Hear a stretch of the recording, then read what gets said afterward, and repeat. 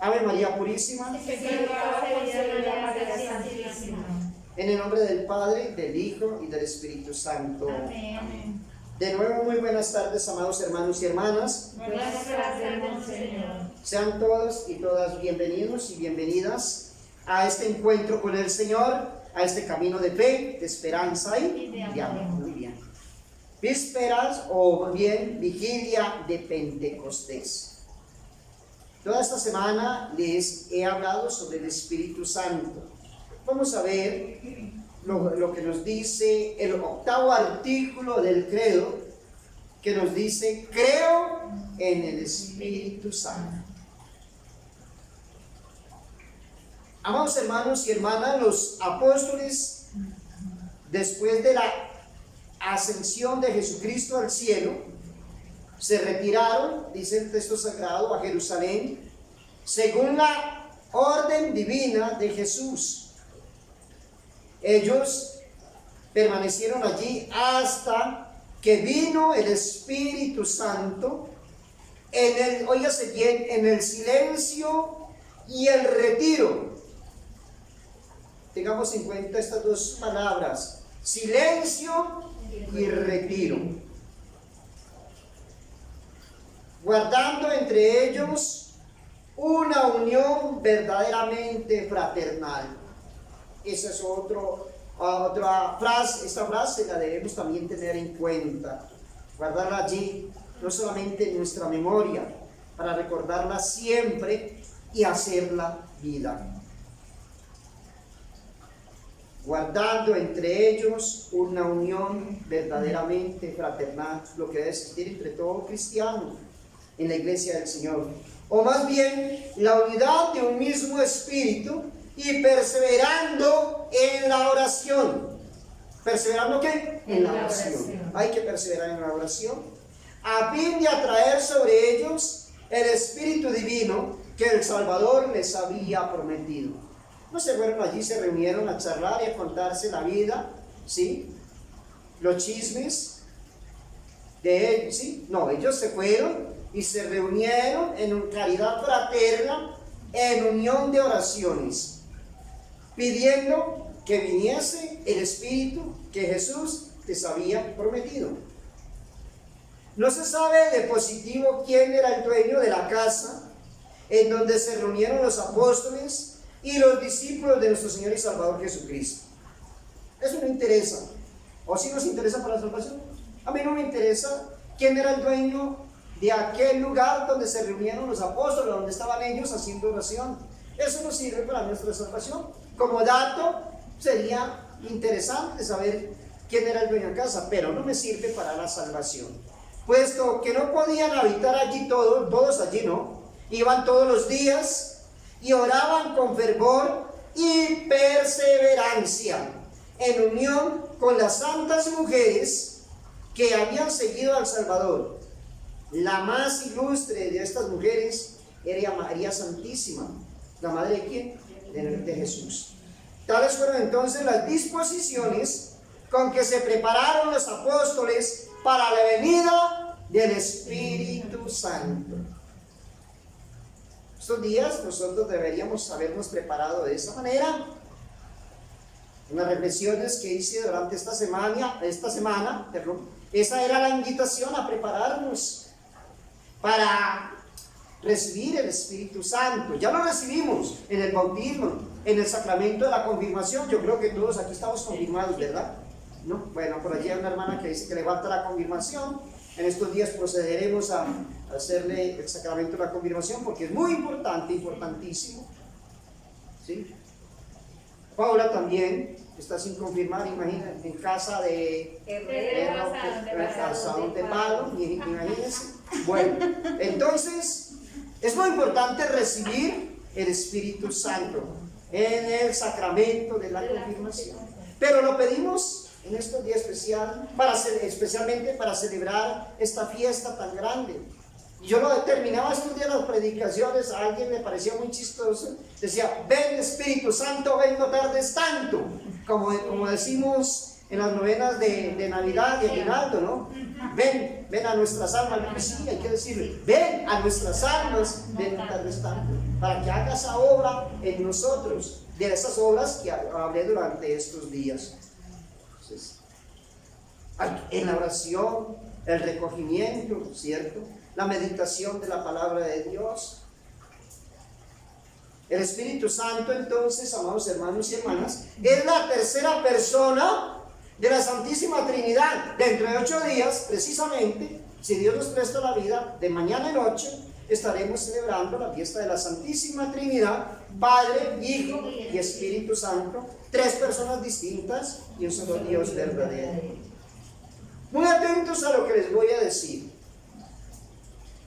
para que entendamos un poquito esto de la Santísima Trinidad y lo del Espíritu Santo.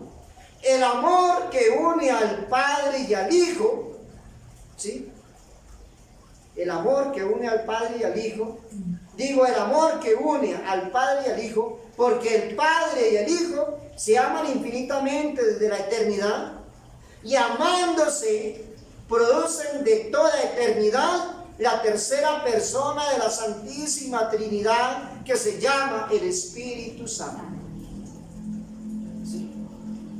Que vayamos entendiendo un poco estos temas de nuestra fe.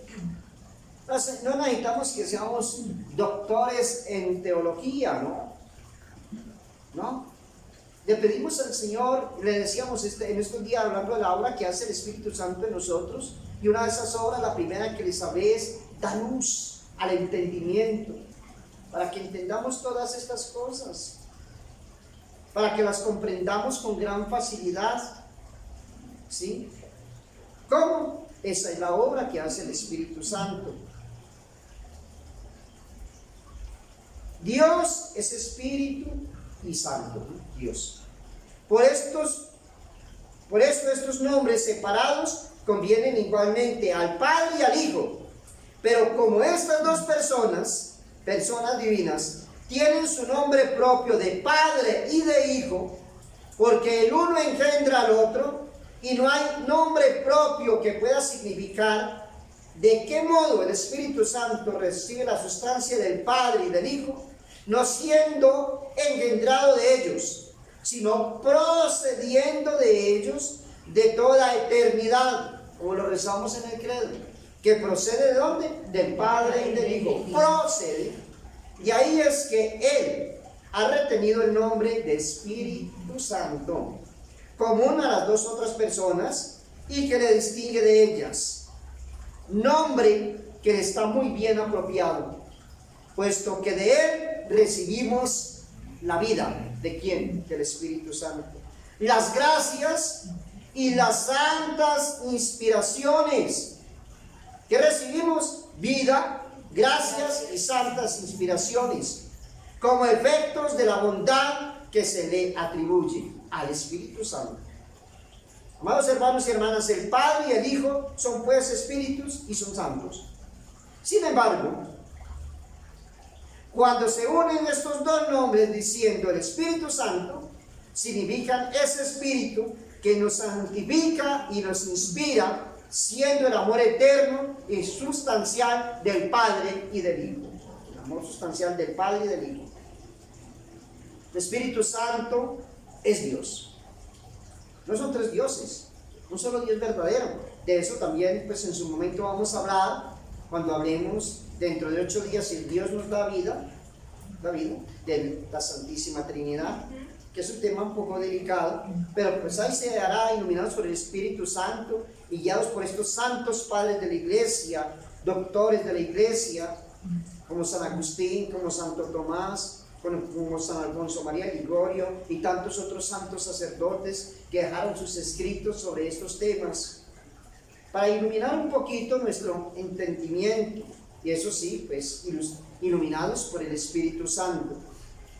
El Espíritu Santo es Dios, y el mismo Dios que el Padre y el Hijo, consustancial al uno y al otro, de lo que se sigue que nosotros le debemos todo lo que le debemos al Padre y al Hijo, los mismos honores, las mismas adoraciones, los mismos homenajes, el mismo amor, pues el orden que tiene entre las personas divinas, no es un orden de desigualdad, de edad, de sabiduría, de poder, ni de ninguna otra perfección, sino solamente en orden de su origen. Porque alguien dirá, entonces es mayor el Padre, es mayor que el Hijo, sí, es mayor que el Espíritu Santo, entonces el Hijo es mayor que el Espíritu Santo, entonces el inferior de todo es el Espíritu Santo, ¿no? Es de acuerdo, dice acá, solamente en orden de origen. La religión, amados hermanos y hermanas, nos suministra muchas pruebas de la divinidad del Espíritu Santo. El nombre, el gran nombre de Dios que se le atribuye por todas partes en las divinas escrituras, las perfecciones que no convienen sino a Dios solo, atribuidas en todas partes al Espíritu Santo, las obras de Dios y que no pueden ser sino de Dios, la misma adoración, la misma gloria, atribuidas y rendidas en todas partes al Padre, al Hijo y al Espíritu Santo, son de ello pruebas invencibles. Entonces el Espíritu Santo es Dios. Tres personas distintas, un solo Dios verdadero. La palabra increada de Dios es su Hijo, que subsiste con Él y como Él. Asimismo, su Espíritu es una persona divina que subsiste como Él y como Él.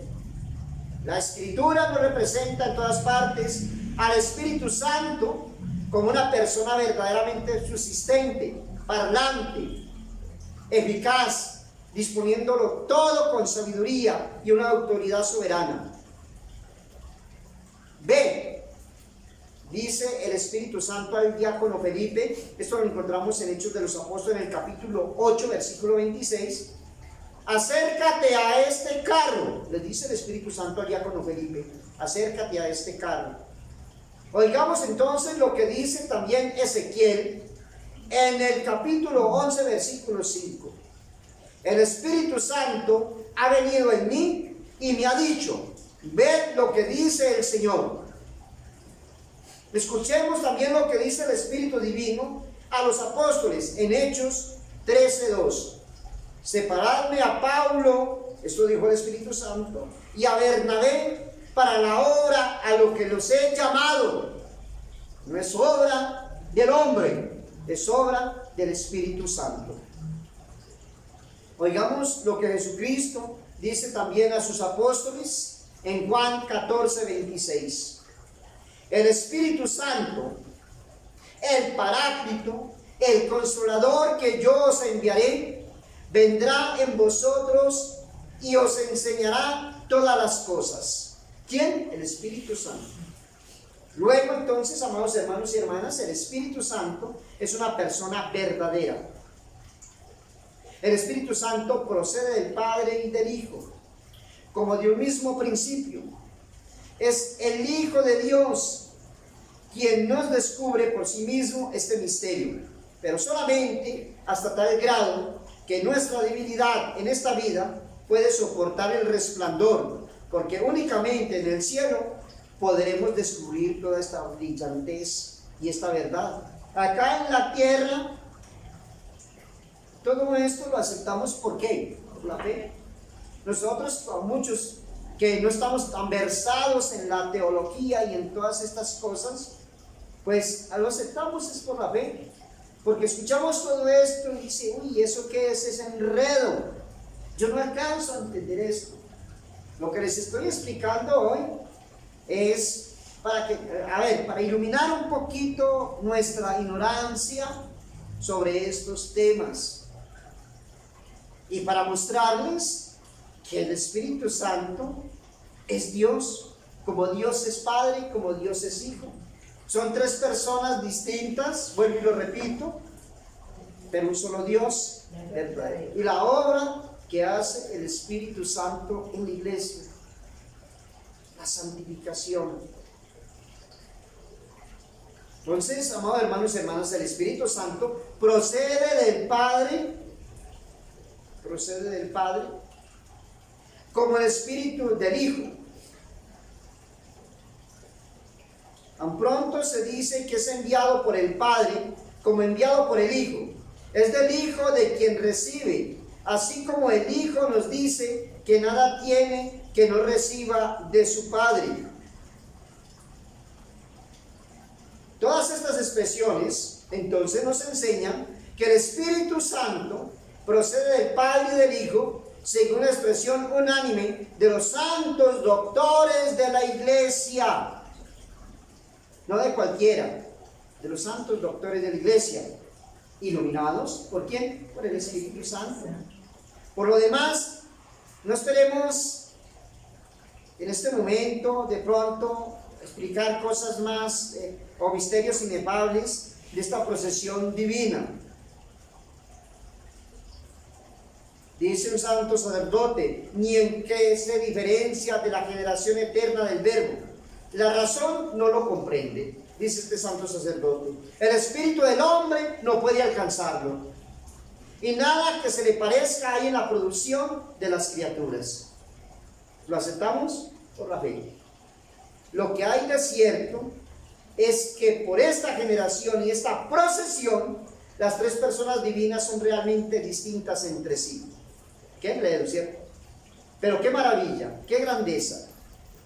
El Padre no es el Hijo. El Hijo no es el Padre.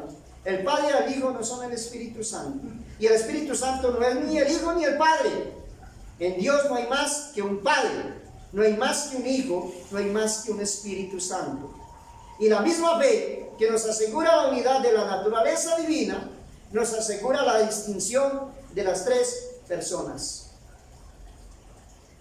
El símbolo, amados hermanos y hermanas, que la Iglesia recita todos los domingos en la Santa Misa, llama al Espíritu Santo vivificante. Et in Spiritum Sanctum vivificantem. Porque Él es el que nos da la vida, tanto del cuerpo como del alma. Vivificante. Da la vida del cuerpo y del alma. También es llamado Paráclito, es decir, consolador o abogado, porque Él es el verdadero consolador de las personas afligidas y ruega en nosotros. Y con nosotros con gemidos inefables, como dice el apóstol Pablo en su carta a los Romanos, en el capítulo 8, versículo 26.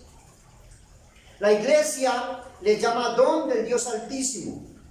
Él es en efecto el don del Padre y del Hijo, don que es igual a aquel que lo da. El Padre lo da, el Hijo lo da, Él se da a sí mismo. Y al darse, nos da al mismo tiempo todas las gracias y todas las virtudes que se llaman dones del Espíritu Santo. Porque son gracias particulares de la bondad infinita que se le atribuye a ¿quién? Al Espíritu Santo.